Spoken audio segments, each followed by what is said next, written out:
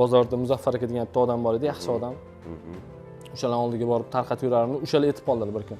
Sen borganda Rustam aka degan odamga uchrash. Rustam aka juda katta o'ptimchi. Ustozing baribir yetkazib bera olmayaptilar. Sen o'shanga o'tkazgin dedi. Yo'q, men ustozim mol sotilayotgan joyga men kira olmayman. Men kirsam hozir g'alati bo'lib qoladi-yu, dedim-da endi. Sen boravergin, men aytganimni qilgin dedilar. Bordim, olib bordim. Rustam akam endi Toshkentda, ya'ni o'zimizga o'xshagan. Jaydari odam. Nechta bera olasiz kuniga dedilar menga.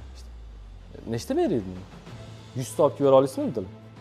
Ha, harakat qilaman. Bo'ldi dedilar-da, olib keling dedilar ustini. Ertalab mashina Matiz olganman o paytda, Matiz yangi Matiz endi tarqat mayda-chuyda qilib turib Matiz olganman-da men o'sha payt. Shu Matizda 100 tadan olib bordim, birinchi kun olib bordim. Tap-tap tushirib yubordi o'rtaga. O'sha 100 tani olib borgandan keyin meni pulim tugadi. Men endi o'yladim-da, ular realizatsiyaga olsalar kerak deb o'yladim-da, pulini bermadilar. Bo'ldi, kech payt gaplashamiz, chiqib ketdilar. Og'aynim oldiga, "Abi, saqiy yayo ketyapman, qanaqa pul so'rasam ekan?" Og'aynim qolmadi, siryo tugadi. Ish to'xtadi. Ish to'xtadi. Og'aynim oldiga bordim, do'konga kirdim. Telefon bo'lyapti menga. Og'aynim bilan hali ko'rishmadim. Men Husniddin, men Rustamman. Ha, olib ketsam, pulingizni olib keting, yana 100 ta olib keling dedilar-da. Mazam qochib qoldi meni. 100 tani steniga tashlab, bu steniga o'tguncha sotib qo'yibdilar-da. Shunday bordim, 100 tani pulini tap berdilar.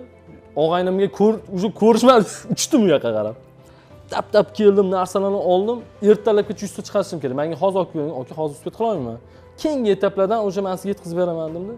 Kuniga 200 ta, 300 tadan o'tdi.